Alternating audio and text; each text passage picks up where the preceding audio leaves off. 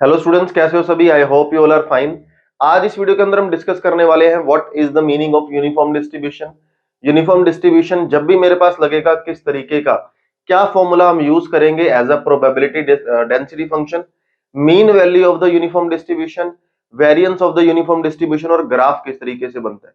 तो शुरू करते हैं। सबसे इजी डिस्ट्रीब्यूशन जो सीआरवी का है, यानी कि कॉन्टिन्यूअस रैंडम वेरिएबल का है, वो है यूनिफॉर्म डिस्ट्रीब्यूशन।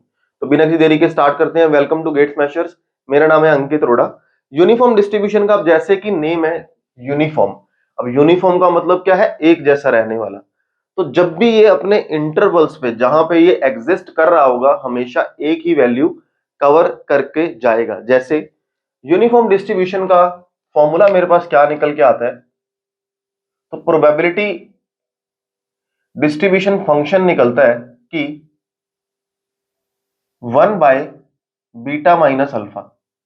अब आप कहोगे बीटा माइनस अल्फा क्या है? ए और बी लगा सकते हो, कोई दिक्कत नहीं है। जहां पे एक्स की वैल्यू बीटा से छोटी है और अल्फा से बड़ी है। मतलब मैं ये कह रहा हूं, अगर मेरे रैंडम वेरिएबल की वैल्यू, हम फॉर एग्जांपल 2 से 3 पे चेक कर रहे हैं, 3 से 4 पे चेक कर रहे हैं, 2 से 100 पे चेक कर रहे हैं, तो हमारा खुद फंक्शन ही क्या होगा? 1 बाय अपर वैल्यू माइनस में लोअर वैल्यू। यही मेरे पास फंक्शन होने वाला है। और अदरवाइज इससे बाहर कोई भी वैल्यू आ जाए, जैसे मान लो मुझे 2 से 100 दे रखा है हाईएस्ट, तो अगर मैं कह रहा हूं कि 100 प्लस पे मेरे पास प्रोबेबिलिटी क्या निकल के आने वाली है, तो अदरवाइज के केस में हमेशा यूनिफॉर्म डिस्ट्रीब्यूशन के अंदर प्रोबेबिलिटी हमेशा क्या होगी? जीरो, यानी कि एग्जिस्ट ही नहीं करेगी। इन शॉर्ट, जब भी ये फंक्शन बनता है, यूनिफॉर्म डिस्ट्रीब्यूशन बनता है, इसका खुद का फंक्शन भी एक क्या होता है? Constant value. क्योंकि जब मैं 2 से 100 पे चेक कर रहा हूं, तो 1 बाय 100 माइनस 2 खुद एक कांस्टेंट वैल्यू होगा ना। इसका मतलब इसका ग्राफ एक स्ट्रेट लाइन बनने वाला है। तो देखते हैं ग्राफ किस तरीके का बनता है। तो सबसे पहली चीज, प्रोबेबिलिटी डेंसिटी फंक्शन इसका याद रखेंगे, जो हम यूज करने वाले हैं इन द न्यूमेरिकल्स। और सबसे इजी न्यूमेरिकल्स होने वाले हैं as compare to all the distribution. Simple type of numerical रहेंगे और बहुत ही जल्दी न्यूमेरिकल होने वाले हैं इसके। ठीक है। नाउ अगर मैं इसका ग्राफ बनाता हूं, फॉर एग्जांपल यहां पे मैंने दिखाया मेरे एफ एक्स को, यानी कि इसके फंक्शन को, और यहां पे मैंने इसको दिखा दिया रैंडम वेरिएबल को, कि खुद एक्स को दिखा दिया। अगर मेरे पास एक्स की वैल्यू समथिंग मान लो अल्फा है, तो यहां कहीं ना कहीं इसके फंक्शन की वैल्यू क्या बैठी है? 1 बाय बीटा माइनस अल्फा, यही बैठी है। और अगर यहां पे बीटा है, तो भी मेरे पास फंक्शन की वैल्यू तो यही रहेगी, 1 by beta minus alpha. In short, जब इसका ग्राफ बनेगा, कुछ इस टाइप का ग्राफ नहीं बन जाएगा? एक कांस्टेंट, एक लीनियर टर्म नहीं बन जाएगी कि अल्फा से लेके बीटा तक किसी मर्जी वैल्यू पे आ जाओ, अल्फा से बीटा तक किसी मर्जी वैल्यू पे आ जाओ, यानी कि इस पे हमेशा जो वैल्यू रहेगी वो एक कांस्टेंट वैल्यू रहेगी। वो फंक्शन की वैल्यू कभी बदल ही नहीं पाएगी, फंक्शन की वैल्यू कभी बदल ही नहीं पाएगी। और यहां पे क्या एग्जिस्ट कर रहा है? एफ एक्स, यानी कि 1 बाय बीटा माइनस अल्फा। क्या शेप बन रही है यहां पे? ये शेप बन रही है हमारे पास एक रेक्टेंगल। तो इसको दूसरा नाम भी दे सकते हैं हम, रेक्टेंगुलर डिस्ट्रीब्यूशन। ठीक है, रेक्टेंगुलर डिस्ट्रीब्यूशन, जो कि इसका एक सेकंड नाम है। क्लियर?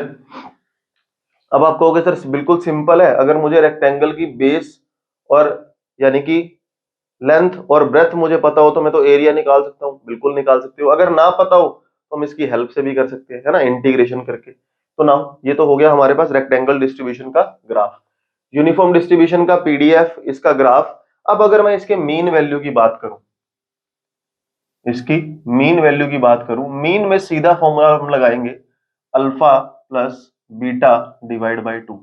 एक्चुअली में मीन वैल्यू होती क्या है? उनकी मिड वैल्यू को जो नोटेशन दे रही है या रिप्रेजेंट कर रही है, अल्फा और बीटा की मिड वैल्यू क्या होगी? Alpha plus beta by 2। तो सीधा मीन वैल्यू क्या निकलेगी? Alpha plus beta by 2। Variance क्या निकलने वाला है? वेरिएंस होगा beta minus alpha whole square by 12। अब चाहे तो इसको अल्फा माइनस बीटा का होल स्क्वायर भी लिख सकते हो, because A minus B whole square and B minus A whole square are same thing, दोनों सेम थिंग है। तो मीन कैसे निकालते हैं और वेरिएंस कैसे निकालते हैं? वैल्यूज आपको दी होंगी अल्फा बीटा, या कोई भी कंडीशंस हमें फॉर एग्जांपल गिवन है, तो जस्ट हमें पुट करना है, then find the value of mean and variance, ये आंसर निकलने वाला है। अब स्टैंडर्ड डेविएशन क्या होगा, इसी पे रूट लगा दो। स्टैंडर्ड डेविएशन क्या निकल जाएगा, इसी पे रूट लगा दो। यहां हो जाएगा बीटा माइनस अल्फा और यहां पे हो जाएगा √12। क्लियर? तो ये मेरे पास इसका आंसर निकल जाएगा। बस इतनी सी वैल्यू है, mean, variance, standard deviation sorry, और rectangular distribution graph and function. अब एक छोटा सा एग्जांपल करते हैं, इसके अलावा तो यूनिफॉर्म डिस्ट्रीब्यूशन का बेसिक ही नहीं है, सारे न्यूमेरिकल चीजें बहुत आसानी से कवर होंगे।